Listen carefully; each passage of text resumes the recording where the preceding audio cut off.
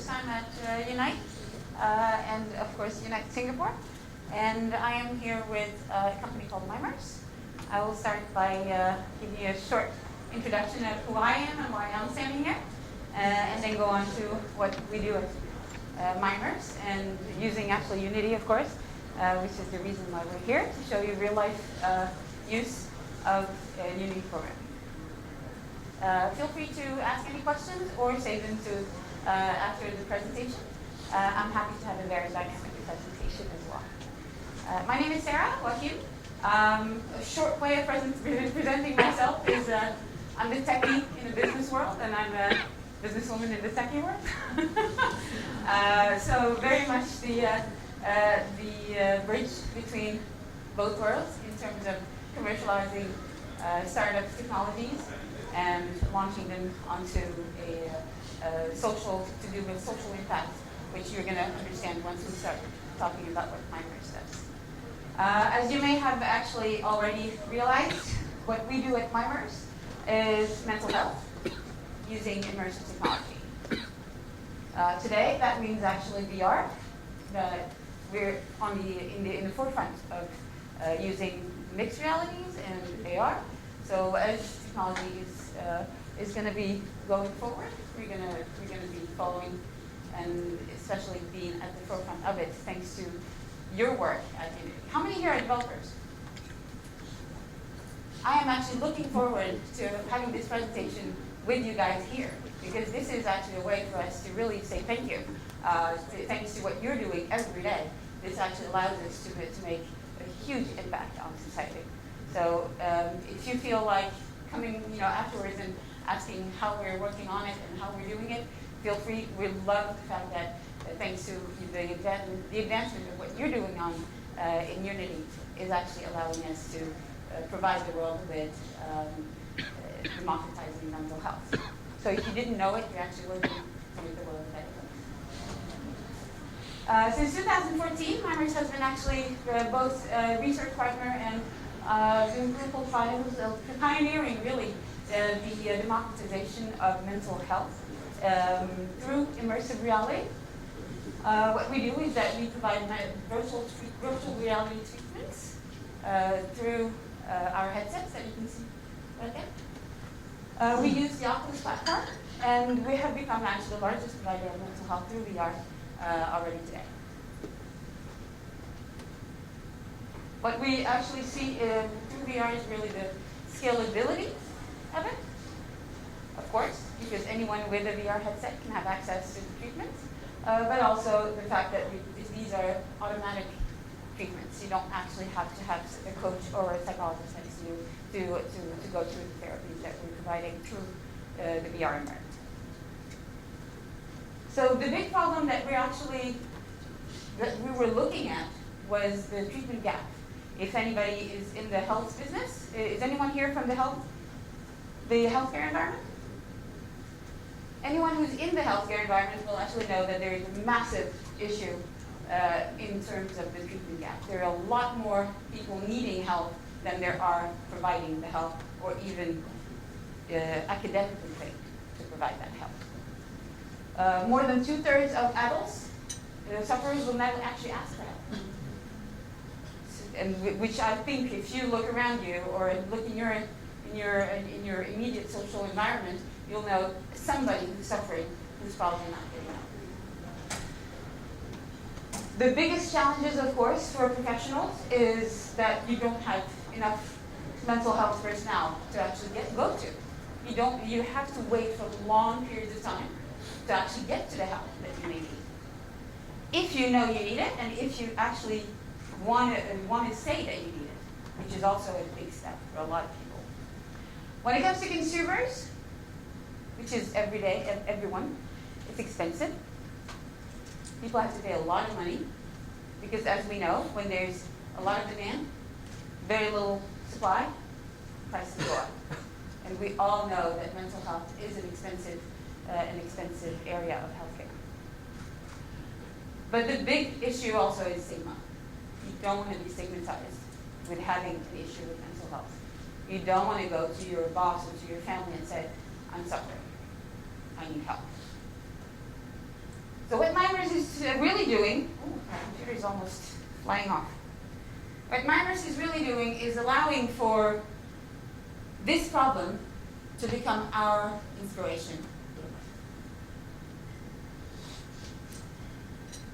And what we see as a solution today is through our automatic and scalable mental health apps, and together with our clinical partners, or research partners, building the really best-in-class next-generation health and therapies for everyone, both B2B and B2C, as you see them called. The B2B would be our corporate customers, and B2C would be everyone. We see VR as really the most important technology, and immersive technology in general, as the most important technology for mental health. We have more than 20 years of research, over 2,000 peer-reviewed papers that we can actually use. So the research is there. We don't have to wait for results to be shown. And in terms of benefits, of course, the scalability is everything. The fact that we can reach anyone with a headset, or provide a headset to anyone so that they can access mental health, is the fabulous part of this. Yeah, it doesn't like being there. What we see today is that VR is also becoming very affordable. These headsets cost less than a phone, which means that pretty much anyone can have access to them. Just look at who do you know doesn't have a smartphone. These cost less, which means it's affordable, it's accessible, anyone can get it. Which actually brings us to what we're looking for, which is really democratizing mental health. Regardless of where we're going with everything else, that's our mission as a company. If we're going to go look at our current products, I think that's something that you might find very interesting. And if you want to try them, just let me know after the presentation. You can actually try them out. We actually the company started with an arachnophobia study. So the whole company really is a research project that became a comparative study between real life psychologists with a spider compared to IANZSEA, our first little app, VR app, that was actually providing a arachnophobia or spider phobia therapy in a VR environment. The study was very successful. It turned out that the comparative study showed very similar results. And the unofficial fun part for us was that most of the people that actually went through the VR study actually said that they had a hard time asking for help, knowing that there would be a spider at the psychologist's office.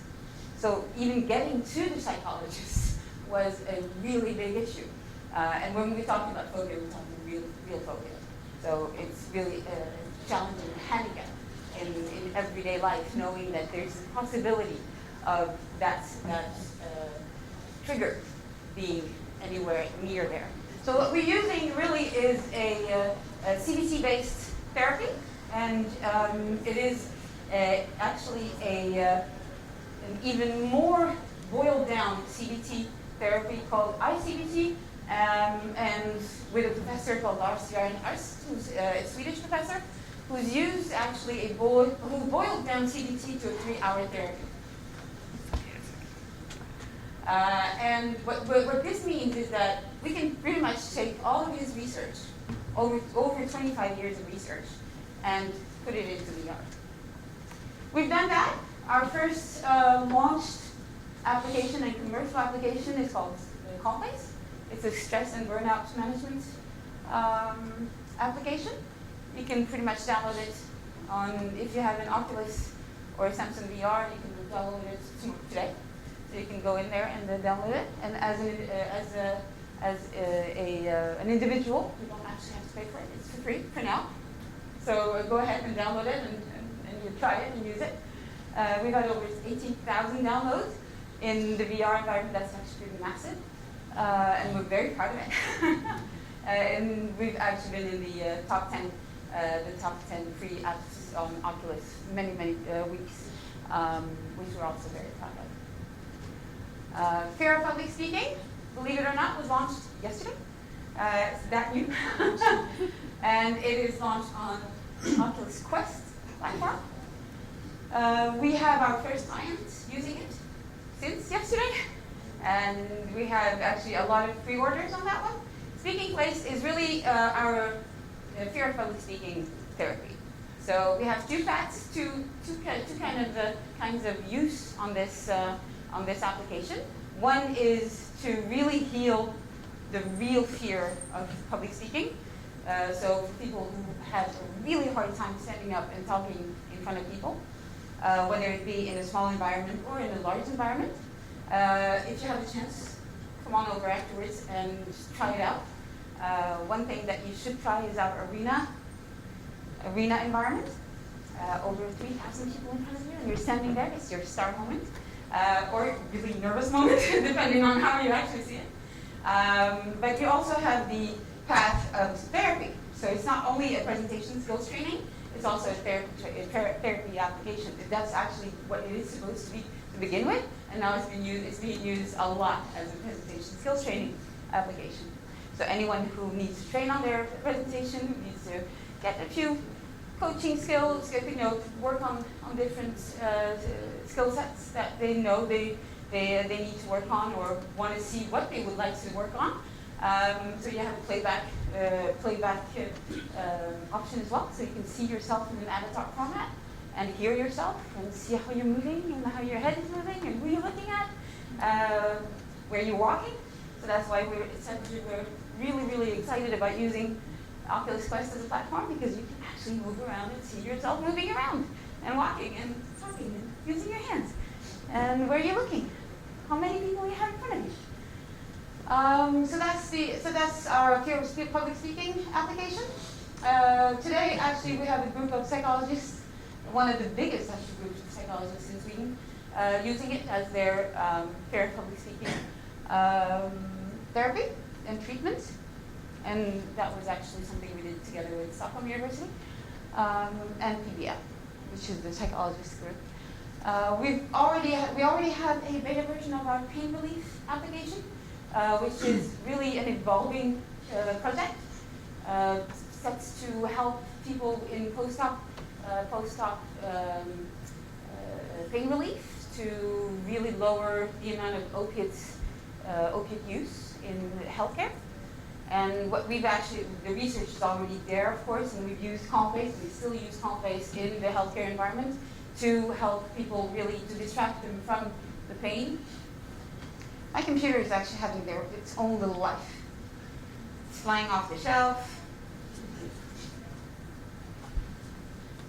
Let's see if it'll stick around.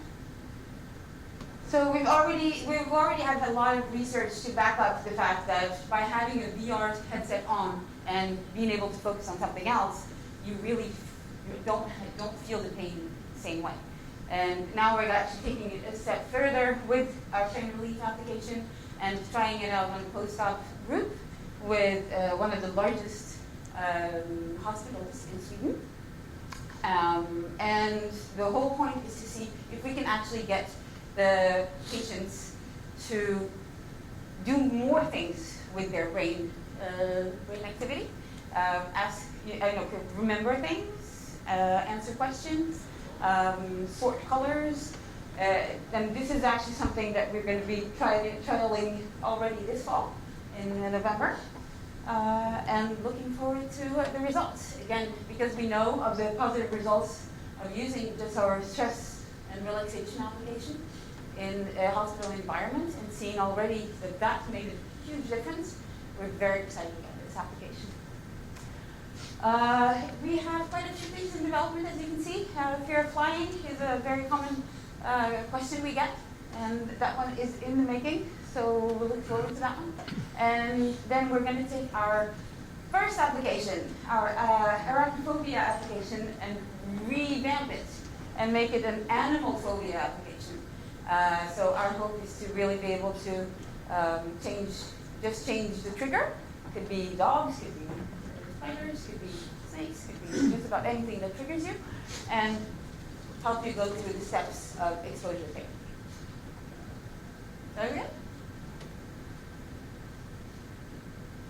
So our business model today is really we license it, both for private and individuals. We have really different ways of setting it up, but we work both with corporation and healthcare. We look forward to Asia as a market, of course, but we have already a partnership in China.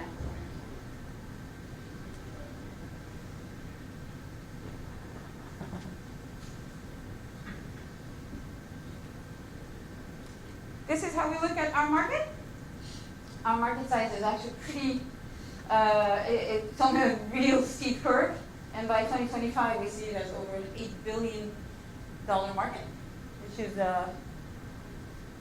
quite a big market, and we're looking forward to what we can do in terms of mental health and democratizing it. With the prevalence on, of course, stress, fear of public speaking, anxiety and phobias, which are actually the same family, and looking forward to working on depression as well.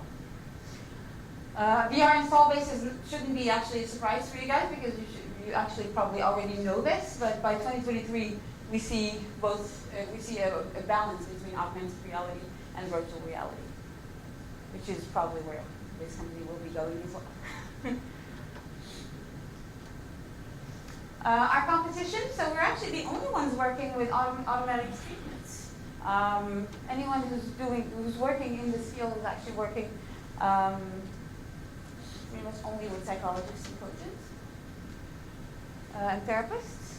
And Mimerse is looking to actually step away from that, really work with psychologists, but also provide the general public with the help and support in mental health. This is our team. We have our co-founders, who are also the ones who started the whole ANZSEA adventure.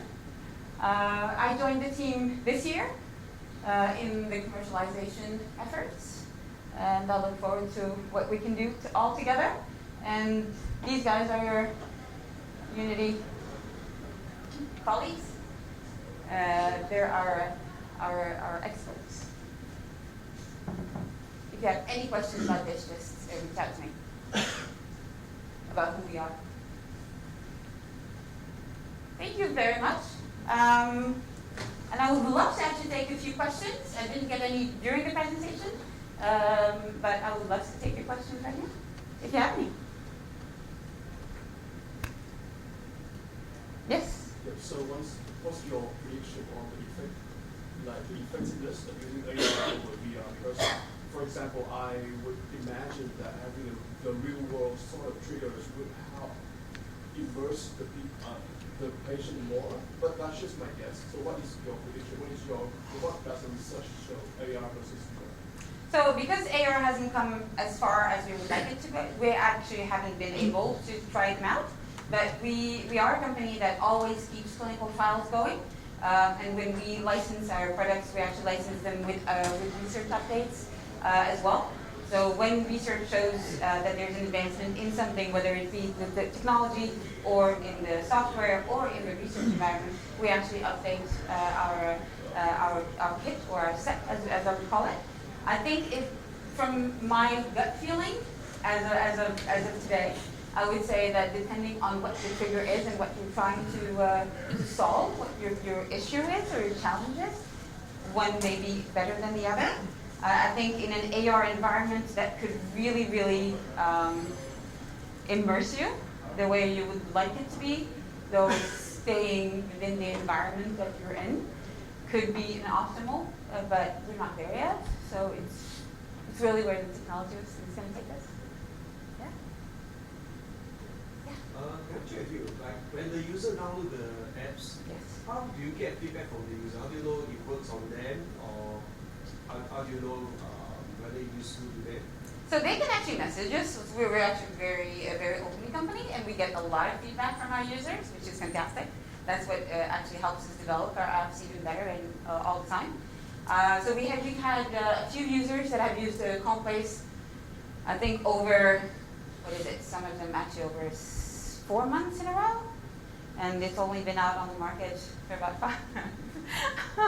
So about half a year.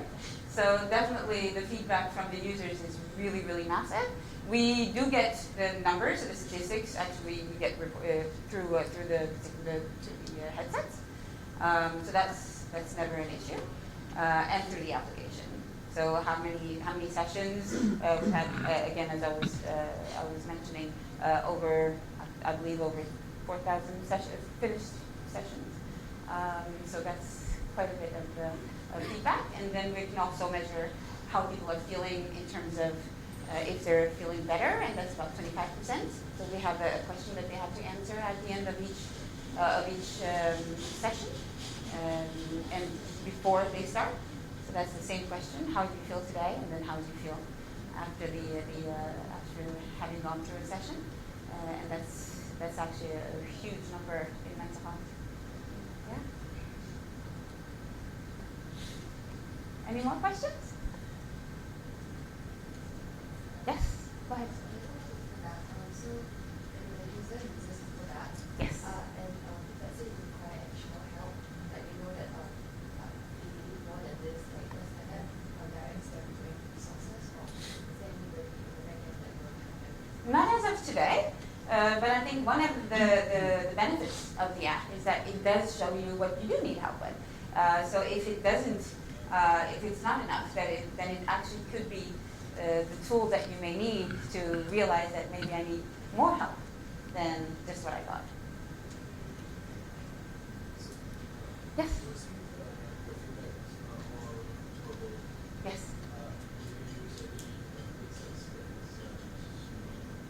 It's not verbal, it's actually in written format. You mean from the users? Yeah. It's actually from in written format.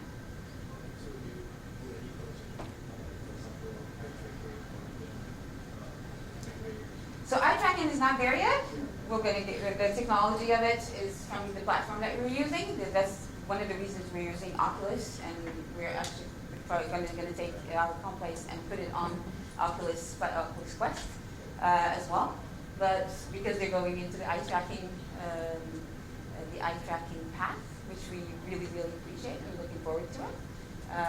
As of today, you can actually play back your presentation. So if you're actually standing up and doing our task lists in the speaking place environment, which is our social phobia and fear of public speaking application.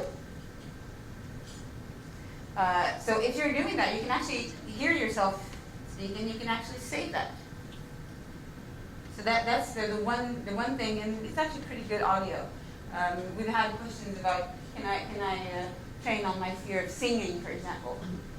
Go for it, because the microphone is actually very good in the Oculus setup. I'm going to leave my computer to live its own life. Any more questions? Sorry, was that an answer to your question? Yeah? Cool. Feel free to grab me afterwards if that was what you were looking for. Yeah?